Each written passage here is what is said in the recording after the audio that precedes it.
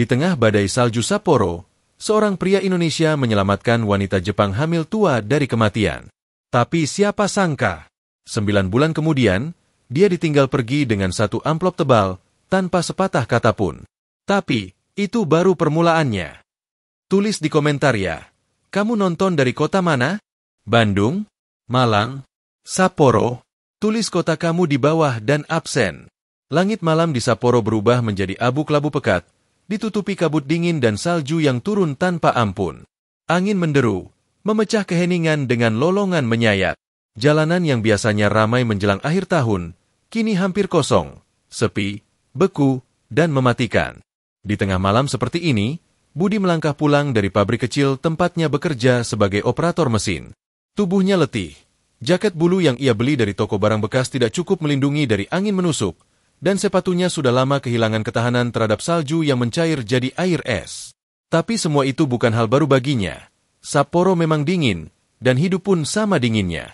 Budi menunduk, berjalan pelan melawan tiupan angin yang menggila. Tangannya dimasukkan dalam saku, bahu dirapatkan, dan napasnya keluar dalam uap tipis dari mulut. Di tengah langkah terburu-buru ingin segera sampai di kos kecilnya, tiba-tiba ia berhenti. Jantungnya seperti dipukul sesuatu. Di sisi jalan yang sepi, di balik tumpukan salju yang setengah menggunduk seperti bantalan kasur beku, ia melihat sesuatu.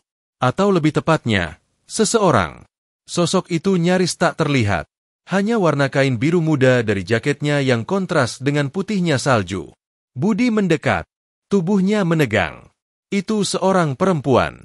Tergeletak dengan posisi tubuh meringkuk, satu tangannya menutupi perut, dan satu lagi menggenggam udara kosong. Sumimasen. Daijoubu desu ka?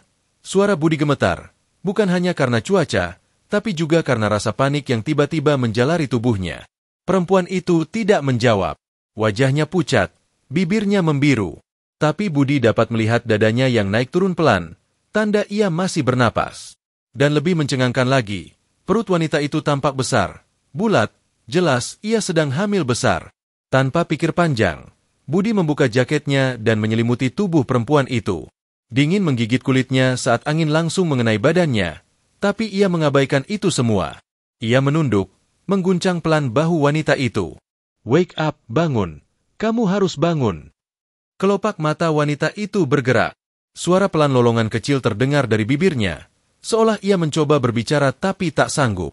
Dengan gerakan hati-hati, Budi meraih tubuhnya, mencoba memindahkan ke bawah atap hal tetua yang ada di dekat situ, satu-satunya tempat berteduh dari badai. Lutut Budi gemetar saat ia memapah tubuh wanita yang lebih berat karena 2 nyawa di dalamnya. Tapi kekuatan aneh mendorongnya. Kekuatan yang hanya muncul saat seseorang tahu, ini soal hidup dan mati. Setelah berhasil memindahkannya ke tempat yang sedikit lebih aman, Budi mengeluarkan ponselnya dengan jari yang nyaris mati rasa, menekan nomor darurat. Hai, kore wa hijou desu. Hitori onna, ninshin desu, douro ni taoreta. Sapporo, kitaku. Ia bicara terbata, campur aduk antara bahasa Jepang dasar yang ia pelajari dan bahasa Indonesia yang tak sengaja terucap. Operator tampaknya mengerti, karena tak lama kemudian suara di ujung telepon menenangkan, ambulans dalam perjalanan. Mohon tetap bersama pasien. Waktu seolah melambat. Salju terus turun. Budi menatap wanita itu. Di bawah sinar lampu jalan yang redup dan kabut dingin, wajahnya terlihat damai meski lelah. Nafasnya mulai membaik, tapi tubuhnya masih lemah. Sesekali ia menggeliat, menggenggam perutnya erat, seolah mencoba melindungi kehidupan di dalamnya. Tenang ya, kamu nggak sendiri. Bisik Budi, entah kenapa. Meskipun ia yakin wanita itu tak mengerti sepatah pun. Tiba-tiba air mata jatuh dari mata wanita itu. Bukan karena dingin, tapi seakan ia mendengar, merasakan. Mungkin sudah lama tak ada orang yang berkata, kamu tidak sendiri. Budi menggenggam tangan wanita itu yang dingin seperti es, dan perlahan ia merasa genggamannya dibalas, lemah tapi penuh harap. Jauh di dalam hatinya yang sudah lama sunyi, ada sesuatu yang hangat muncul. Ia tidak tahu siapa wanita ini, tidak tahu apa yang terjadi padanya. Tapi di momen itu, ia tahu satu hal, dia tidak bisa membiarkannya mati di tengah malam seperti ini. 15 menit kemudian, suara sirine ambulans menembus badai. Lampu oranye berkedip-kedip di antara putihnya salju yang menumpuk. Petugas medis turun, cepat namun hati-hati. Salah satu dari mereka mengangguk ke arah Budi dan berkata, "Kamu yang menelepon? Terima kasih. Dia bisa saja meninggal kalau tak cepat ditemukan." Budi mengangguk pelan, wajahnya membeku. Ia hanya menatap saat wanita itu diangkat ke tandu. Saat tubuh itu dimasukkan ke dalam ambulans, mata wanita itu terbuka perlahan, menatap Budi dari balik selimut medis. Tak ada kata, hanya tatapan yang mengandung ribuan makna. Lelah, takut tapi juga lega. Pintu ambulans tertutup. Kendaraan itu melaju, meninggalkan jejak roda yang langsung tertutup salju. Budi berdiri sendiri di bawah lampu jalan yang kelap-kelip. Dingin masih menusuk, tapi ia tidak merasakannya lagi. Di balik tubuhnya yang gemetar dan baju yang basah karena salju, ada keheningan baru yang datang. Bukan keheningan yang sepi, tapi keheningan setelah melakukan sesuatu yang benar. Ia melangkah kembali ke jalan, menatap ke langit yang mulai mereda. Ia tak tahu siapa nama wanita itu. Tapi jauh di dalam hatinya, ia tahu, ini bukan akhir. Ini adalah awal dari sesuatu yang belum ia mengerti. Pagi berikutnya, matahari tak benar-benar terbit di Sapporo. Langit hanya berubah dari hitam pekat menjadi abu kebiruan yang muram, seolah enggan menyapa dunia. Budi duduk di atas ranjang kos sempitnya. Tubuhnya masih kaku karena semalaman tidur dalam pakaian basah. Tapi pikirannya tak bisa tenang. Sejak ambulans itu pergi, bayangan wajah perempuan asing yang ia tolong terus muncul. Tatapan matanya yang penuh rasa takut tapi juga lega itu, seperti meninggalkan jejak dalam diri Budi. Ia merasa belum selesai. Tanpa berpikir panjang, ia mengganti baju, memakai jaket tipis yang tersisa, karena satu-satunya jaket tebalnya sudah ia berikan semalam, dan berjalan ke halte terdekat. Dengan modal ingatan samar tentang rumah sakit yang disebut oleh petugas ambulans semalam, ia naik bus dan berharap tidak salah tempat. Dinginnya pagi menembus hingga ke tulang. Tapi Budi tidak peduli. Ada sesuatu dalam hatinya yang memaksa untuk memastikan, apakah wanita itu baik-baik saja? Setelah bertanya dengan bahasa Jepang terbata-bata dan sedikit menunjuk-nunjuk, akhirnya Budi dibimbing ke ruang perawatan lantai 2. Seorang perawat wanita muda tersenyum padanya, sedikit heran melihat seorang pria asing datang sendirian, lalu bertanya, "Keluarga pasien?" "Ya." Budi menggeleng.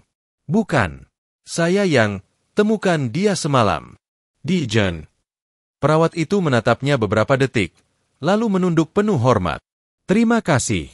Tanpa kamu, mungkin dia dan bayinya tidak selamat."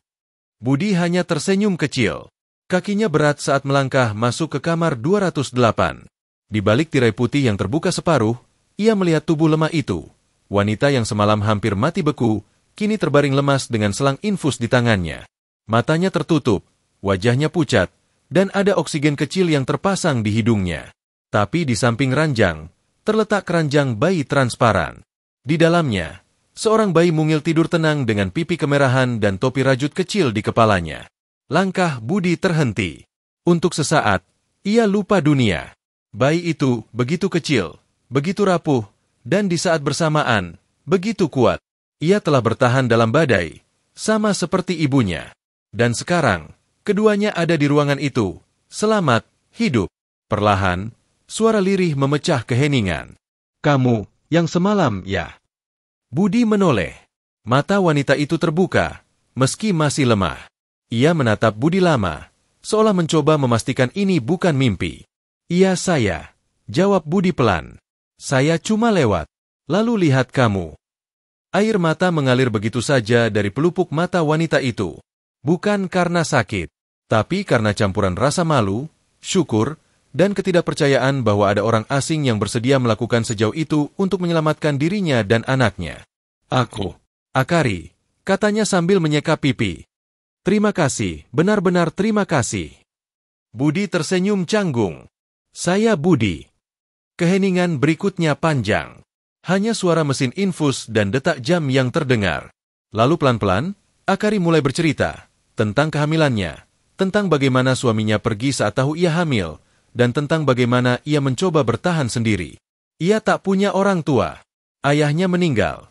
Ibunya tinggal di Kobe tapi hubungan mereka retak sejak dulu. Akari memilih bertahan di Sapporo karena ia pikir ia bisa hidup sendiri. Tapi kenyataan lebih dingin dari musim salju. "Semalam, aku pikir itu akhirku. Kaki sudah mati rasa, dan perutku nyeri. Aku benar-benar pikir, anakku takkan lahir." Budi menunduk. Ia mendengarkan dengan serius, tanpa menyela. Dalam hati, ia merasa aneh. Ia tak kenal wanita ini, tak tahu masa lalunya. Tapi cerita Akari seperti membangkitkan luka-luka dalam dirinya sendiri. Tentang bagaimana ia juga ditinggal ibunya sejak kecil. Tentang hidup miskin. Dan tentang bagaimana ia datang ke Jepang demi mengubah nasib keluarga di kampung halaman. Setelah melahirkan, aku cuma lihat ruang kosong, aku takut. Gumam Akari sambil menatap bayi di sebelahnya. Tapi waktu kamu masuk ke ruangan ini, entah kenapa rasanya nggak sendiri. Kata-kata itu menghantam dada Budi pelan-pelan, tapi dalam. Ia tak tahu harus berkata apa. Ia hanya berdiri, lalu mengambil kursi, dan duduk di samping ranjang. Tangan Akari menggenggam tangan selimut, bergetar. Aku malu bilang ini, tapi bisakah kamu datang lagi besok? Budi terdiam beberapa detik. Ia menatap wajah wanita yang baru saja melewati batas hidup dan mati, dan bayi mungil yang bahkan belum tahu dunia seperti apa yang menunggunya. Lalu ia mengangguk. Iya, kalau kamu butuh teman ngobrol, saya datang lagi. Tatapan Akari melunak. Untuk pertama kalinya sejak ia sadar, senyuman kecil muncul di sudut bibirnya. Ia tahu, hidupnya takkan mudah. Tapi entah kenapa, keberadaan pria asing dari negeri jauh ini seperti membentuk pelindung yang ia pikir sudah tak mungkin ia temukan lagi. Dan bagi Budi, langkah kecil itu, datang ke rumah sakit tanpa alasan, ternyata adalah awal dari ikatan yang lebih besar dari sekadar rasa iba. Itu adalah awal dari peran baru dalam hidupnya. Bukan sebagai pahlawan, tapi sebagai seseorang yang hadir, di saat tidak ada siapapun. Hari-hari di rumah sakit berubah menjadi rutinitas sunyi yang menggantungkan harapan pada detak waktu. Salju di luar jendela terus turun, tapi di dalam kamar 208, kehidupan baru tengah belajar menyapa dunia. Budi datang setiap hari seusai kerja, duduk di sisi ranjang tanpa banyak bicara, hanya hadir. Kehadirannya seperti dinding hangat yang melindungi Akari dari dinginnya kenyataan. Kaito, bayi mungil yang lahir malam itu, menjadi pusat dari dunia kecil mereka. Tubuhnya kecil, tapi kuat. Tangannya menggenggam udara dengan refleks, kakinya menendang pelan saat diselimuti. Budi yang awalnya hanya berniat menengok sesekali, kini malah mulai terbiasa menyeka air liur Kaito, mengganti popoknya, bahkan menggoyang ranjang kecilnya ketika tangis mulai memecah malam. Ia melakukannya seperti sudah tahu sejak lama cara merawat bayi, padahal kenyataannya, ia hanya mengikuti kata hati. Suatu malam, Akari kelelahan dan tertidur lebih awal. Perawat belum datang. Kaito mulai rewel, menangis dengan suara serak yang mengguncang dada. Budi panik, tapi mencoba menenangkan. Ia mengangkat bayi itu perlahan, tubuhnya gemetar takut salah gerak. Ia belum pernah menggendong bayi seumur hidupnya. Namun saat ia peluk Kaito dengan hati-hati, tangisan itu perlahan mereda. Bayi mungil itu menatap wajah Budi dengan mata kecilnya, lalu menghela napas pendek, seperti menyerah pada pelukan itu. Dalam keheningan, Budi merasakan detak jantung kecil menempel di dadanya. Begitu lemah, tapi juga penuh harapan. Apa kamu tahu, hidup ini nggak pernah adil, bisik Budi pelan, entah kepada Kaito atau kepada dirinya sendiri. Tapi kamu lahir, dan itu aja udah cukup jadi keajaiban. Matanya berkaca-kaca. Ia teringat masa kecilnya di desa, tidur di lantai papan, makan seadanya, melihat adik perempuannya tumbuh dalam kesulitan. Ia pernah berjanji dalam hati bahwa ia akan jadi laki yang kuat, bukan untuk dirinya, tapi agar bisa jadi sandaran bagi yang lemah. Tapi di negeri orang, janji itu nyaris terlupakan, sampai hari ini, sampai Kaito datang. Ketika Akari terbangun, ia mendapati pemandangan yang membuat dadanya bergetar. Budi duduk bersandar di kursi dengan Kaito yang tidur nyenyak di dadanya. Mata Budi terpejam, namun tangan kirinya masih menopang punggung bayi itu erat-erat, seolah tak rela melepaskannya ke dunia yang begitu bising dan kasar. Ia menatap mereka lama. Wajah Budi yang letih namun damai, dan Kaito yang tenang dalam dekapan pria yang bukan siapa-siapanya. Di saat itu, tanpa bisa ditahan, air mata kembali jatuh di pipi Akari. Tangisan yang bukan karena luka, tapi karena ia sadar, ia tak lagi sendirian. Esok harinya, dokter datang membawa kabar baik. Ibu dan anak sehat, tak ada komplikasi. Tapi karena tidak ada keluarga terdaftar, proses pemulangan harus melalui beberapa persetujuan administratif. Akari hanya mengangguk pelan. Ia menoleh ke arah Budi, ragu-ragu. Kalau aku keluar rumah sakit, apa kamu masih mau datang sesekali? Hanya kalau kamu sempat, tentu saja. Budi menggaruk kepala. Kalau saya bisa bantu lebih dari sekadar datang, saya bantu. Selama kamu nggak keberatan. Keberatan? Akari menghela napas panjang. Aku malah takut kamu merasa terganggu. Budi, aku benar-benar butuh bantuan. Sekarang bukan soal fisik saja, aku takut. Takut pulang ke rumah kosong. Takut menangis sendirian saat malam. Takut Kaito menangis dan aku tak tahu harus bagaimana. Perkataan itu mengguncang Budi. Ia tahu rasa takut itu. Ia pernah merasa persis seperti itu, bertahun-tahun lalu, di malam saat ayahnya meninggal dan ibunya tidak pulang. Sejak itu, ia belajar kuat. Tapi tidak semua orang seberuntung dia yang bisa pura-pura kuat di usia muda. Budi tidak langsung menjawab. Ia berdiri, mendekati jendela rumah sakit, menatap salju yang terus turun dengan tenang. Lalu ia menoleh, menatap Akari dan bayi di pangkuannya. Saya nggak janji bisa selalu ada, tapi saya janji kalau saya datang sebagai orang yang benar-benar peduli. Kalimat itu membuat dada Akari sesak. Ia tak butuh janji besar. Ia hanya butuh seseorang yang jujur dengan kehadirannya. Di hari ke-7 setelah kelahiran, rumah sakit memutuskan Akari sudah bisa pulang. Tapi yang berbeda dari ibu-ibu lain yang dijemput keluarga besar atau suami mereka, Akari keluar rumah sakit dengan 1 koper, 1 bayi, dan 1 pria Indonesia berjaket tipis yang setia mendorong kursi dorong kecil. Ketika mereka melangkah keluar dari pintu rumah sakit, angin dingin kembali menyambut. Tapi untuk pertama kalinya, Akari tidak menggigil. Ia tidak menggenggam jaketnya erat-erat seperti sebelumnya. Ia hanya menggenggam tangan Budi sebentar, bukan karena cinta, tapi karena kepercayaan yang mulai tumbuh dari dasar luka. Apartemen Akari terletak di lantai 2 bangunan tua berwarna abu-abu pucat, terselip di antara deretan toko kecil dan laundromat yang jarang buka. Tangga kayu sempit mengantarkan mereka ke pintu berkarat dengan suara berderit saat dibuka.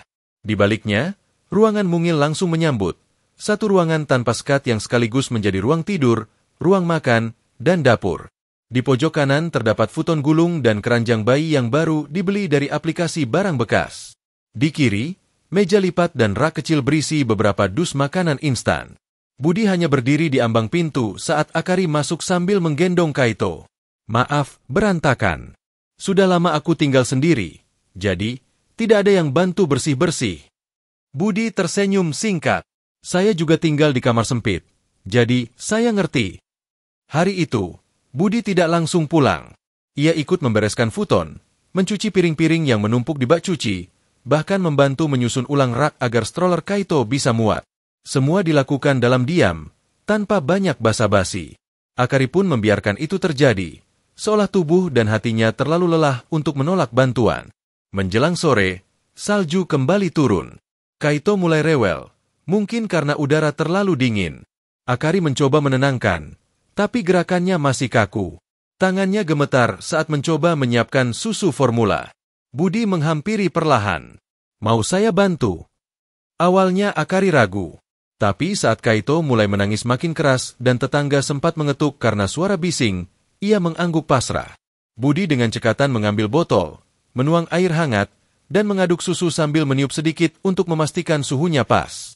Ia menggendong Kaito, mendekapnya dengan tangan hati-hati, dan memberikan botol itu.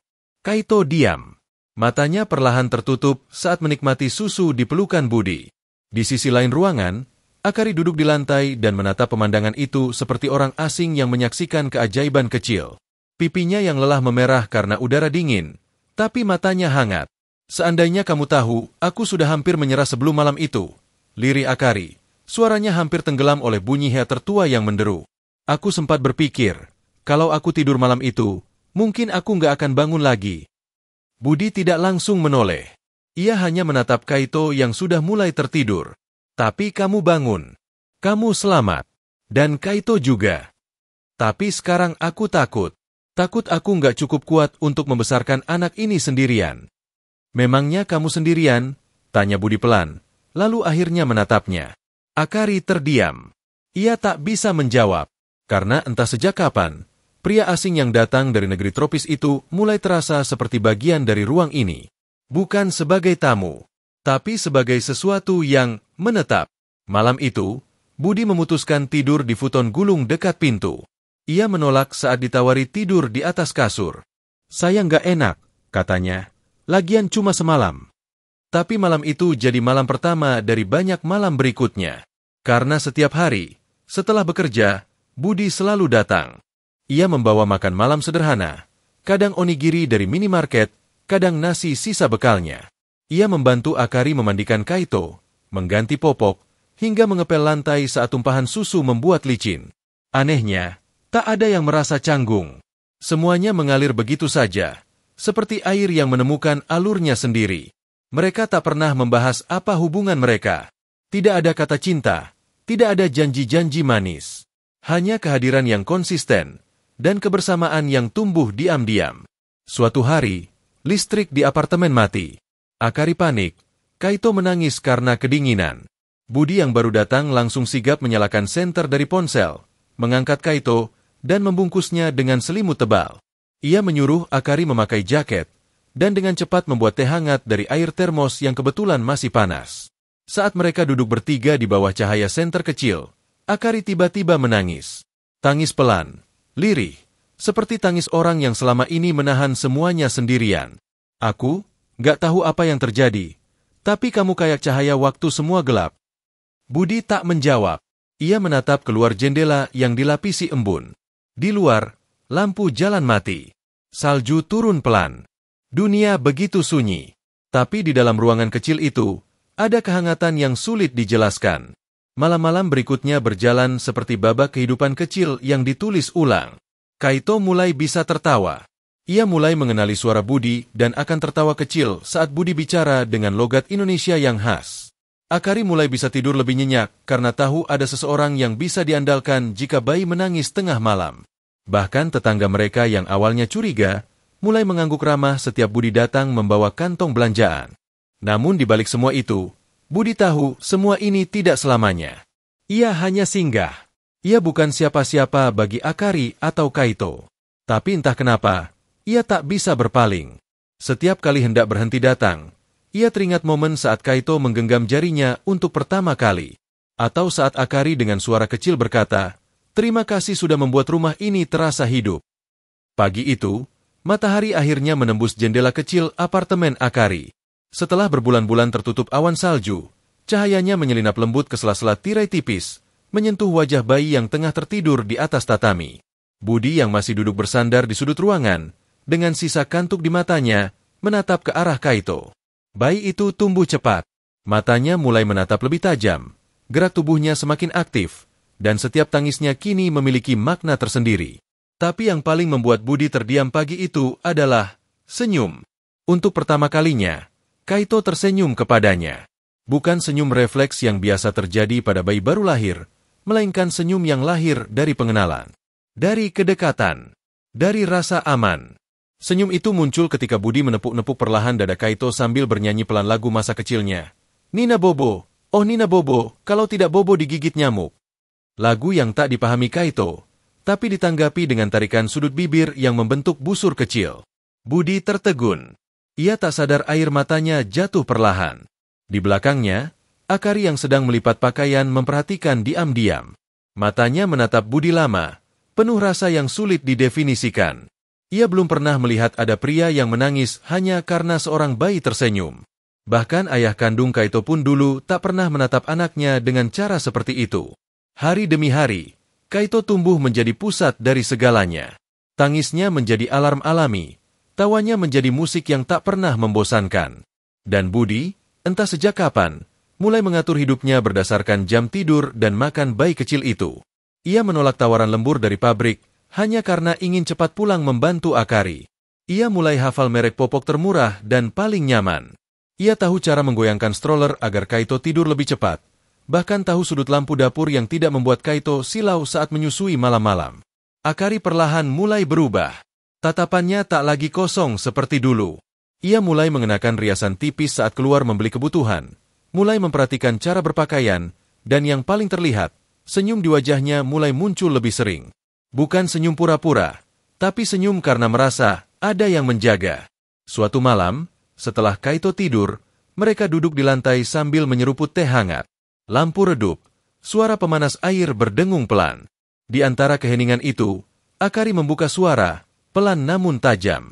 Kenapa kamu terus datang ke sini, Budi? Bahkan saat aku tidak meminta. Budi terdiam beberapa saat. Ia menatap cangkir di tangannya, uapnya naik perlahan. Aku juga nggak tahu. Mungkin karena aku nggak bisa tenang kalau nggak lihat kalian. Rasanya, aneh kalau sehari nggak dengar Kaito nangis. Akari tertawa kecil. Kamu gila, ya? Bisa jadi, jawab Budi sambil tersenyum. Tapi senyum dia, kayak obat buat hati. Keheningan kembali turun, namun kali ini terasa berbeda. Lebih dalam, lebih jujur. Akari menghela napas. Aku takut kamu terlalu nyaman di sini. Aku takut aku berharap terlalu banyak. Kamu tahu, kamu bisa pergi kapan saja. Dan aku nggak akan bisa marah. Karena kamu memang bukan siapa-siapaku. Budi tak langsung menjawab. Ia meletakkan cangkirnya, lalu berdiri dan berjalan ke arah keranjang bayi. Ia menunduk, mengelus kepala Kaito yang tertidur pulas. Saya tahu saya bukan siapa-siapa. Tapi selama saya di sini, selama saya masih bisa bantu, saya akan tetap datang. Akari menunduk. Ada air yang menggantung di matanya tapi tak jatuh. Ia menahan segalanya karena takut hancur jika bicara terlalu banyak. Tapi jauh di dalam hatinya, ia tahu, Budi bukan hanya datang membawa bantuan. Ia datang membawa sesuatu yang selama ini hilang dalam hidupnya. Kehadiran yang tulus. Hari-hari terus berganti. Kaito kini sudah bisa mengangkat kepala, bisa menoleh saat mendengar suara Budi, bahkan tertawa terbahak setiap kali Budi berpura-pura bersin. Akari mulai percaya diri mengurus bayi sendiri, tapi tak sekalipun ia meminta Budi untuk berhenti datang. Karena kenyataannya, mereka bertiga sudah seperti sebuah keluarga kecil yang terbuat bukan dari darah, tapi dari rasa. Namun, di balik semua tawa dan hangatnya kebersamaan itu, ada satu kenyataan yang tak bisa dihindari, status mereka. Di mata dunia, Budi hanyalah seorang pekerja pabrik. Ia tak memiliki ikatan hukum atau darah dengan Kaito. Ia tidak tinggal resmi di apartemen itu. Dan setiap kali ia pulang malam-malam, berjalan menembus dingin Sapporo ke kos kecilnya, ia selalu bertanya dalam hati, sampai kapan aku di sini? Ia tak pernah mengucapkannya pada Akari. Tapi di benaknya, ketakutan itu tumbuh. Ketika ikatan sudah terlanjur dalam, namun posisi tetap samar. Namun setiap kali ia melihat Kaito tersenyum, rasa takut itu mereda. Karena di dalam senyum bayi kecil itu, ada sesuatu yang menahan langkahnya untuk pergi. Seolah dunia sedang berkata, tetaplah di sini. Masih ada peran untukmu. Pagi itu, angin di luar lebih kencang dari biasanya. Pohon-pohon di sudut gang tampak melengkung diterpa embusan musim semi yang masih menyimpan sisa dingin musim lalu. Di dalam apartemen sempit, aroma bubur ayam instan menguar dari dapur. Budi tengah menyuapi Kaito yang duduk di atas kursi bayi sambil sesekali mengedipkan mata lucu, bermain lidah saat sendok mendekat. Akari, yang sejak pagi mencuci pakaian di balkon kecil, masuk sambil membawa setumpuk kain basah.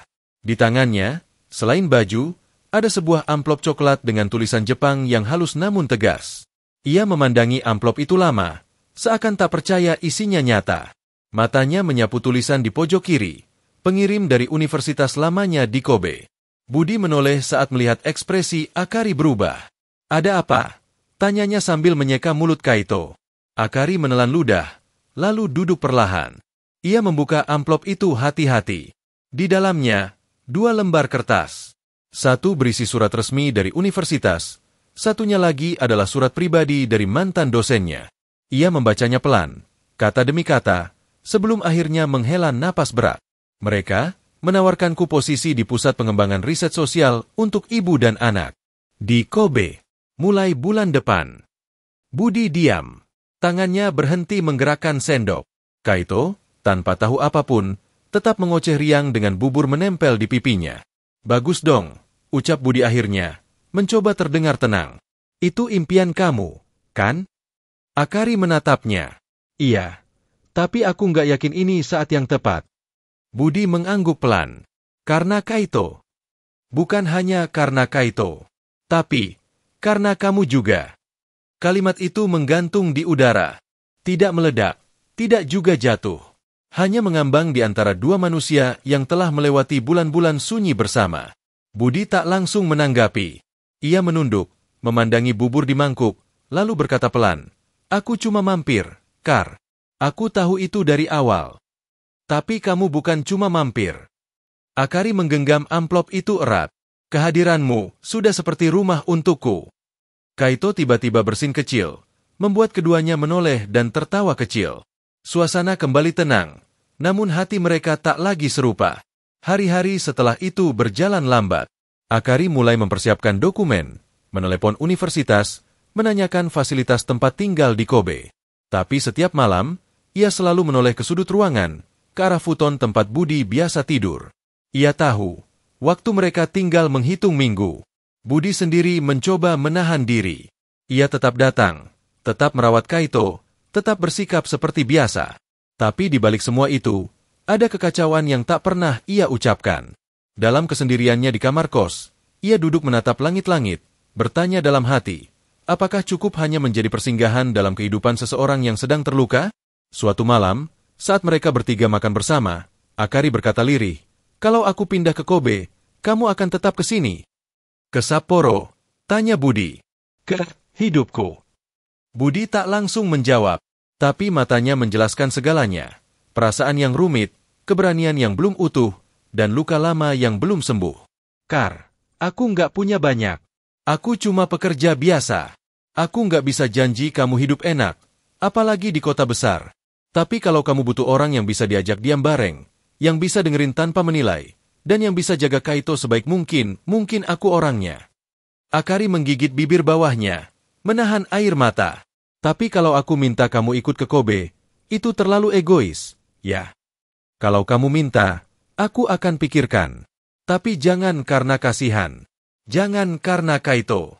Aku ingin kamu minta, karena kamu memang ingin aku tetap ada." Kaito tertawa kecil, seolah mengerti percakapan itu. Ia memukul-mukul meja makan dengan sendok kecil, membuat suara denting yang tak beraturan. Tapi di antara suara itu, hati keduanya menyatu dalam keheningan. Tak butuh jawaban hari itu, tapi perasaan telah terucap, meski tak dengan kata-kata cinta. Beberapa hari kemudian, Akari menerima telepon lanjutan dari universitas. Mereka menawarkan apartemen kecil di distrik anak muda, tidak jauh dari pusat kota. Fasilitas lengkap. Taman bermain di sekitar lingkungan. Tempat ideal untuk memulai hidup baru bersama Kaito. Setelah menutup telepon, Akari termenung lama. Ia menatap foto kecil Kaito dan Budi yang baru dicetak dan dipajang di rak kayu dekat pintu. Di foto itu, Kaito tertawa lebar dalam pelukan Budi yang juga tersenyum lebar. Senyum yang jarang ia tunjukkan pada siapapun. Malam harinya, Akari duduk di samping futon tempat Budi biasa tidur. Ia menyodorkan surat balasan dari universitas. "Aku terima. Aku akan pindah awal bulan depan. Tapi sebelum itu, aku ingin kamu yang tahu dulu." Budi membaca surat itu pelan, lalu mengangguk. Tak ada ekspresi besar. Tak ada amarah. Hanya tatapan yang dalam. Lalu ia berkata dengan nada nyaris tak terdengar, "Terima kasih sudah jujur. Aku senang kamu memilih jalanmu." Akari menggenggam tangannya. "Kalau kamu butuh alasan buat ikut, cukup satu, karena rumah itu bukan tempat, tapi orang yang bikin kamu merasa pulang." Budi menatap Akari lama. Tak ada lagi yang perlu dijawab saat itu. Hanya kesadaran bahwa waktu mereka bersama takkan pernah sama lagi. Dan entah kemana arah langkah berikutnya, satu hal pasti, kehadiran mereka dalam hidup satu sama lain sudah terlalu dalam untuk dihapuskan. Subuh di Sapporo tak pernah benar-benar terang. Bahkan saat musim semi mulai mengusir salju dari trotoar, udara masih menusuk kulit, dan langit lebih sering menggantung kelabu daripada biru. Hari itu, langit tak menangis, tapi dada Budi terasa mendung. Ia berdiri di peron stasiun Sapporo, menggenggam koper kecil di tangan kanan dan boneka kain pemberian tetangga di tangan kiri. Di depannya, Akari sedang memangku Kaito yang tertidur di gendongan. Mereka berdua mengenakan jaket tebal. Kaito tertutup selimut bermotif beruang. Pipinya merah muda, rambutnya mulai tumbuh. Tak ada tangis pagi itu, hanya keheningan yang menggantung erat di antara tiga orang yang telah saling mengisi kekosongan dalam diam. Jam digital di dinding stasiun menunjukkan pukul 6.41. Kereta menuju Kobe dijadwalkan tiba pukul 6.45. Setiap detik terasa seperti tetes waktu yang memahat kenangan, satu persatu. "Keretanya sebentar lagi," ucap Budi pelan. Suara yang bahkan nyaris tak mampu mengalahkan deru mesin di kejauhan. Akari mengangguk. Ia berusaha tegar. Tapi dari sudut matanya, air yang ditahan mulai berkumpul. Ia tak ingin menangis. Ia ingin hari ini berjalan tanpa beban. Tapi bagaimana mungkin melepas seseorang yang tak pernah menjanjikan apa-apa, tapi justru memberi segalanya? Ia merogoh tasnya, mengeluarkan sebuah amplop putih yang telah diselipkan pita kecil biru di pojok atasnya. Ini, katanya, menyerahkan amplop itu pada Budi. Bukan bayaran. Bukan hadiah. Tapi, kamu tahu maksudnya.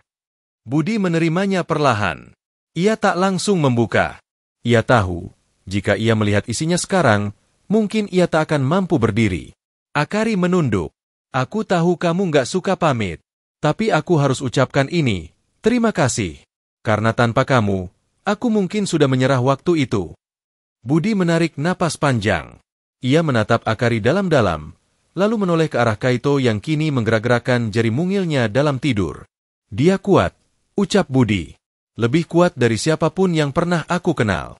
Dan kamu juga. Suara peluit kereta terdengar dari ujung lorong. Angin menghempas masuk, menggoyang rambut dan jaket mereka. Roda kereta yang mendekat menciptakan getaran kecil di lantai peron. Suara speaker mulai memanggil penumpang untuk bersiap naik. Akari berdiri, memeluk koper kecilnya, lalu berbalik menghadap Budi. Ada sesuatu dalam matanya yang ingin ia ucapkan tapi tak sanggup, seperti kata, jangan pergi, yang tertahan, atau, ikutlah, yang tak sempat keluar. Tapi mulutnya memilih untuk diam. Karena ia tahu, Budi bukan orang yang bisa dipinta. Ia hanya bisa ditunggu. Sampai ketemu lagi, ya, bisik Akari. Budi mengangguk. Hati-hati di perjalanan. Jangan lupa. Kaito suka suara gelakmu. Jangan berhenti tertawa. Pintu kereta terbuka. Akari melangkah naik dengan perlahan. Di ambang pintu, ia menoleh satu kali lagi, menatap Budi, bukan dengan air mata, tapi dengan senyum paling pahit yang pernah ia pakai. Kereta mulai bergerak. Perlahan. Lalu cepat. Hingga hanya tersisa suara roda besi di kejauhan dan peron yang perlahan sepi kembali. Budi berdiri mematung. Di tangannya, amplop putih masih tergenggam erat. Ia tidak langsung membuka. Ia berjalan keluar stasiun, melewati gerbang elektronik, menyusuri jalanan kota yang mulai dipenuhi langkah orang-orang pergi bekerja. Tapi di dalam kepalanya, semuanya diam. Ia tiba di taman kecil dekat sungai, duduk di bangku yang basah karena embun. Di sanalah, akhirnya, ia membuka amplop itu. Isinya bukan uang, melainkan secari kertas bertuliskan tangan Akari. Tulisannya rapi, namun tergesa, seperti ditulis di tengah tangis yang tertahan. Budi-san, jika kamu membaca ini, berarti kamu sudah membiarkanku pergi. Terima kasih sudah menjadi atap saat badai datang, menjadi dinding saat aku hampir roboh, dan menjadi pelukan saat aku merasa sendirian. Kaito akan tumbuh tanpa tahu kamu siapa. Tapi aku akan bercerita bahwa di Sapporo, ia pernah punya seseorang yang bukan ayah, bukan paman, bukan keluarga, tapi mencintainya seperti darahnya sendiri. Kalau suatu hari kamu merasa hatimu kosong, datanglah ke alamat ini. Rumahku di Kobe. Bukan karena aku menunggumu, tapi karena aku tahu, kita belum benar-benar selesai. Akari. Budi tak menangis, tapi matanya kosong. Dunia terasa hening, meski burung-burung mulai bersuara. Ia melipat surat itu perlahan, menyimpannya ke dalam jaket. Bukan karena ia ingin menyimpan kertasnya, tapi karena ia tahu, di dalamnya, ada bagian dari dirinya yang tertinggal. Hari itu, ia kembali ke kosnya seperti biasa. Mandi, berangkat kerja, mendengarkan mesin pabrik berdengung seperti biasanya.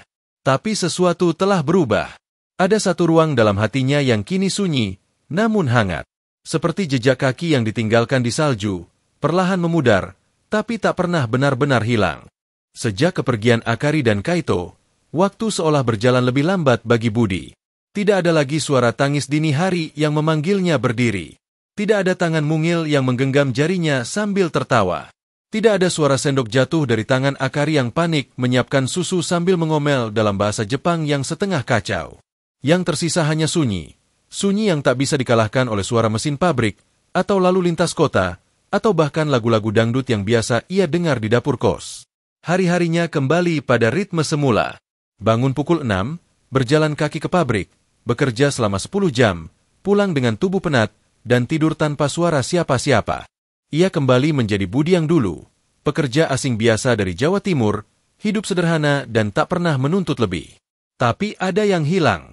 Sesuatu yang tak bisa ia jelaskan, tapi terasa seperti lubang menganga di dadanya. Setiap malam, ia memutar ulang dalam kepalanya. Tatapan terakhir Akari dari pintu kereta, amplop putih dengan tulisan tangan yang hangat, suara tawa Kaito yang seperti gema jauh dari masa lalu. Ia berpikir, mungkin semua itu hanya titipan sesaat. Mungkin memang takdirnya hanyalah mampir. Tapi setiap kali ia berusaha meyakinkan diri bahwa semua sudah selesai, satu hal selalu membantah, rindu. Rasa itu tumbuh diam-diam, seperti embun yang tak terdengar jatuh. Ia bukan rindu pada romansa, karena tak pernah ada kata cinta di antara mereka. Ia rindu pada kebersamaan, pada rasa dibutuhkan, pada kehadiran yang saling menambal luka, tanpa diminta, tanpa dijanjikan. Suatu sore, sepulang kerja, Budi pulang lebih awal. Ia membuka kotak kecil tempat menyimpan surat dari Akari, membacanya kembali untuk entah yang keberapa kali. Surat itu mulai lusuh, tapi tiap katanya masih membekas jelas. Matanya berhenti di satu baris. Kalau suatu hari kamu merasa hatimu kosong, datanglah ke alamat ini. Ia menghela napas panjang. Tangannya gemetar saat menyentuh ujung surat. Ia tahu, pergi ke Kobe bukan hal mudah. Ia harus minta izin dari pabrik, mengatur jadwal kerja, menabung cukup untuk ongkos, dan yang paling rumit, berani berharap. Tapi semakin ia menunda, semakin sesak dadanya. Ia merasa seperti hidup dalam rumah tanpa jendela, di mana cahaya hanya ada dalam ingatan. Ia mencoba mengalihkan diri, bergabung dengan komunitas pekerja Indonesia, ikut kegiatan masjid, bahkan menulis puisi dalam bahasa Jawa yang ia kirimkan ke forum daring. Tapi tetap saja, di malam hari, ia terjaga oleh suara bayi yang hanya hidup dalam pikirannya. Suatu malam, tetangga kos yang biasa duduk di lorong berkata, "Kamu kelihatan kurusan, Bud. Lagi mikirin apa sih?" Budi hanya tersenyum. "Kayaknya saya lagi kangen rumah. Rumah di Indonesia."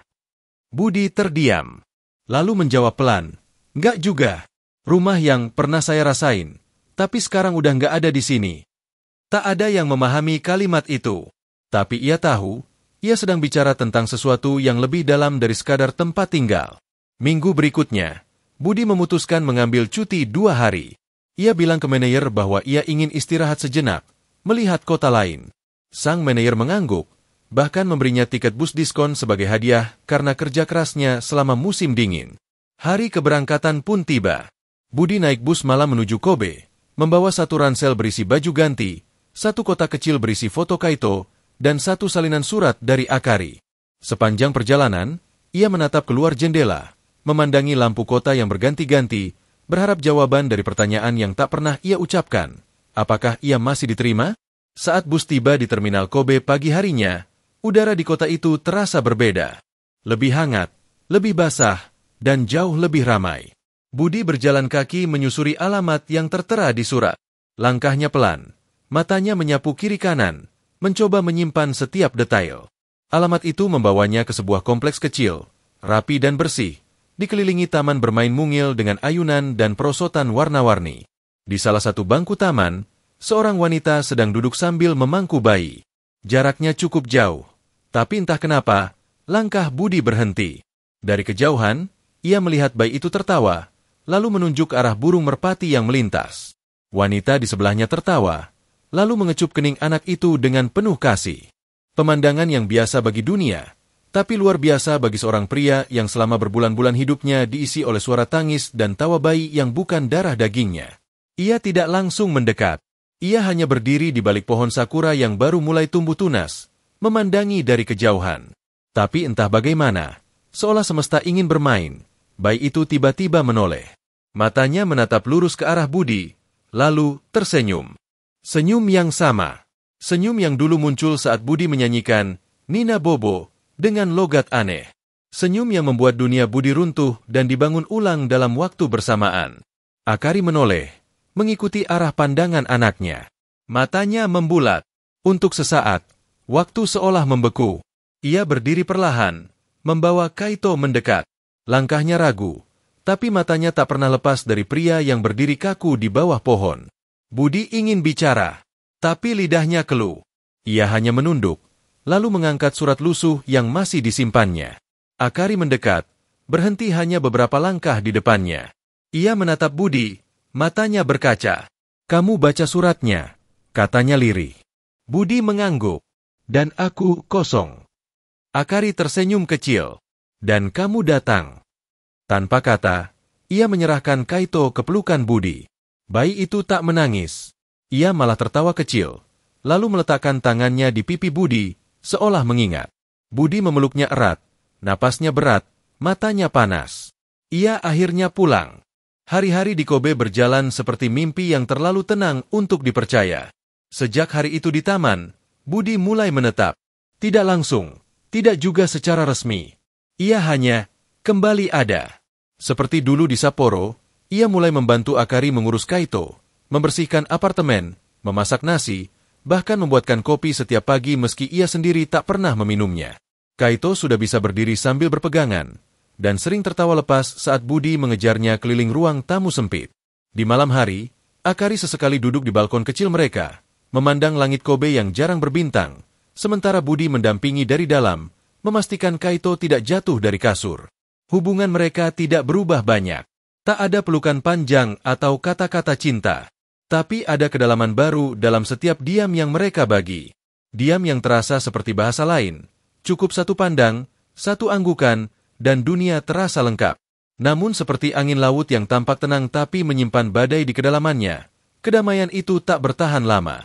Suatu hari, saat Akari sedang membersihkan laci penyimpanan yang mulai penuh dengan dokumen kantor dan perlengkapan bayi, ia menemukan map lusuh berisi kertas-kertas fotokopian dan tulisan tangan dalam bahasa Indonesia. Ia tak berniat mengganggu, hanya penasaran.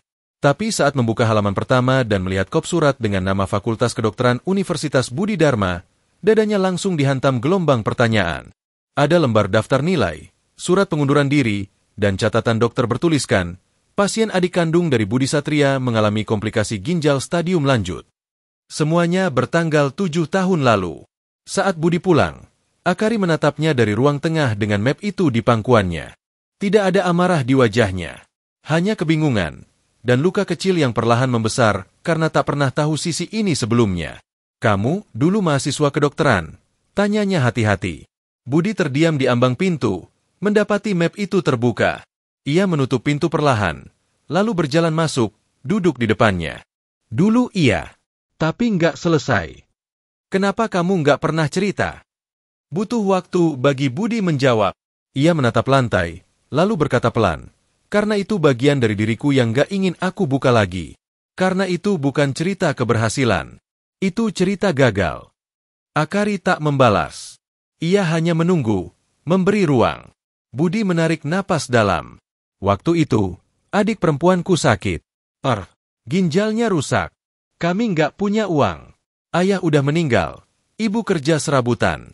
Aku kuliah dengan beasiswa.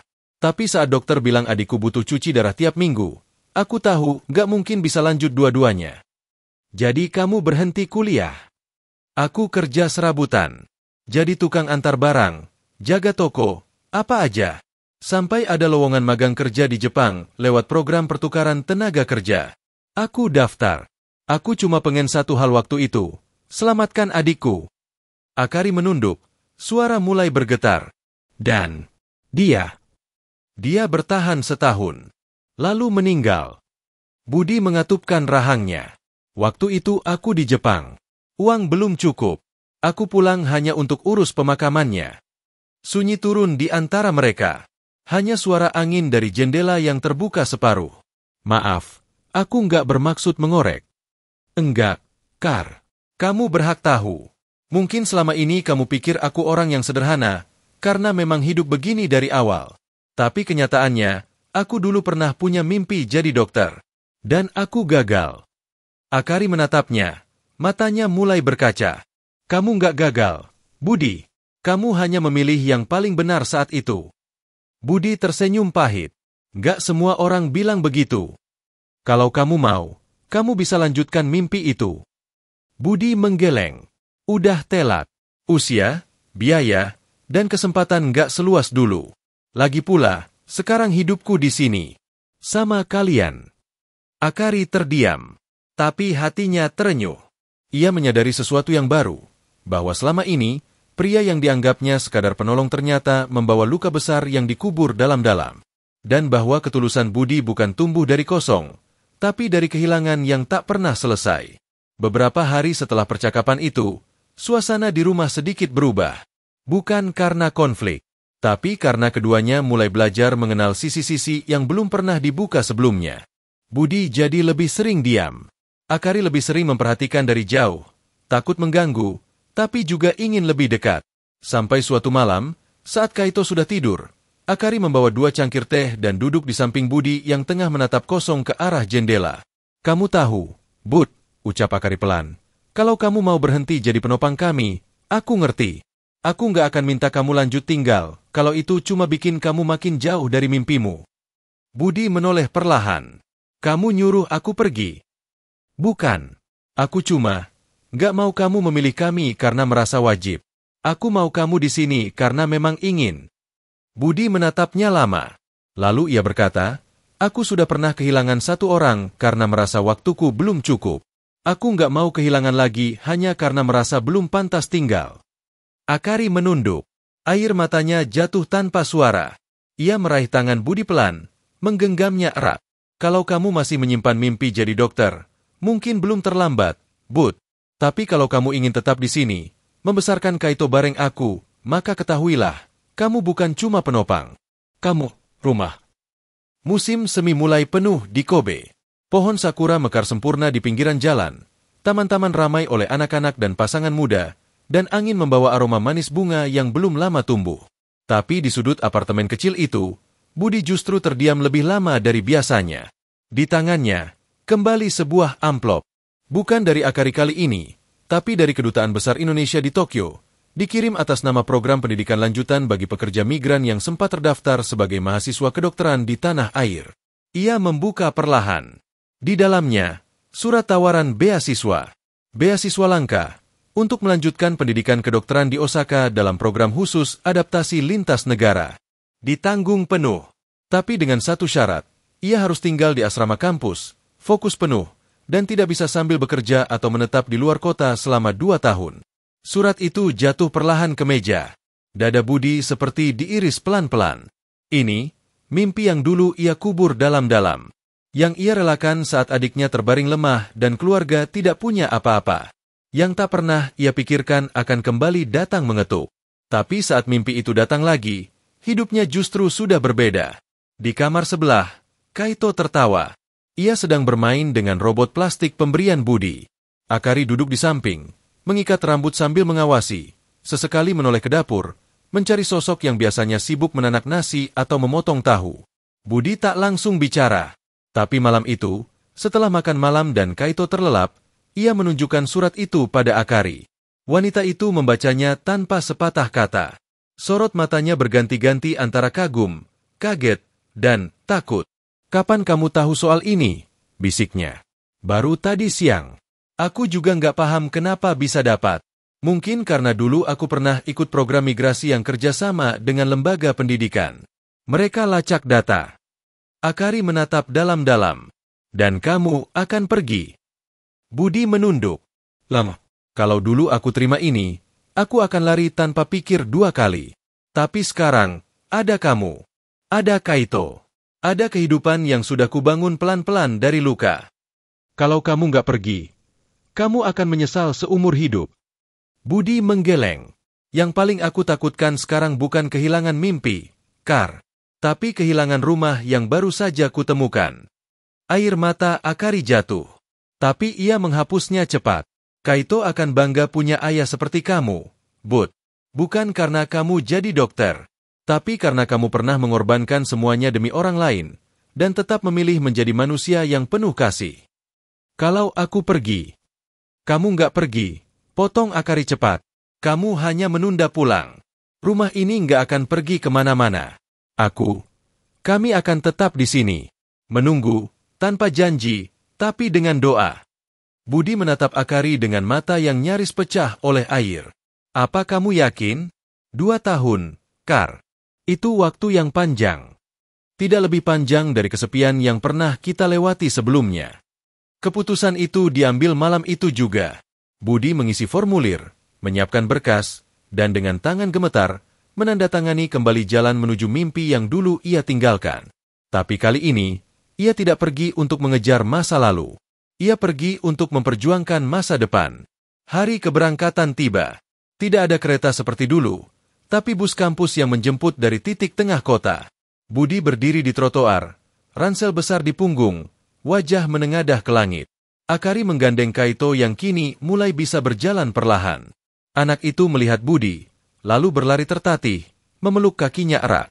Budi membungkuk, memeluk tubuh kecil itu dalam-dalam. "Dengar ya, KAI. Papa bukan pergi. Papa lagi belajar biar bisa jadi lebih kuat. Biar nanti bisa rawat kamu dan mama lebih baik lagi." Kaito tak menjawab, tapi tangannya yang mungil memeluk leher Budi lebih erat. Seolah tahu, meski tak mengerti sepenuhnya, bahwa sesuatu yang besar akan berubah. Akari berdiri tak jauh, wajahnya tenang, tapi tubuhnya sedikit gemetar. Budi menghampiri, menatapnya dalam-dalam. "Terima kasih karena nggak menahanku, Kar. Terima kasih karena kamu datang waktu aku di titik paling gelap. Aku akan pulang. Bukan karena janji, tapi karena kalian rumahku." Ia meraih tangan Akari, mengecupnya singkat. Bukan ciuman cinta biasa, tapi perpisahan sementara yang penuh harapan. Bus datang.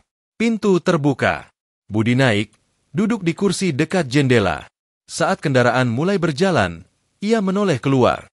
Akari melambai pelan, Kaito digendong dan ikut melambai meski tangannya belum sepenuhnya paham makna gerakan itu. Dan di momen itulah, Budi tahu bahwa hidupnya memang tak berjalan sesuai rencana lama. Tapi justru dari puing-puing kegagalan masa lalu, ia membangun cerita baru tentang pria biasa yang pernah gagal menjadi dokter, namun berhasil menjadi pelindung bagi dua jiwa yang dulu hampir tenggelam. Mimpi itu bukan soal gelar atau prestasi, tapi tentang bagaimana seseorang bisa tetap memilih untuk mencintai, walau dirinya belum utuh.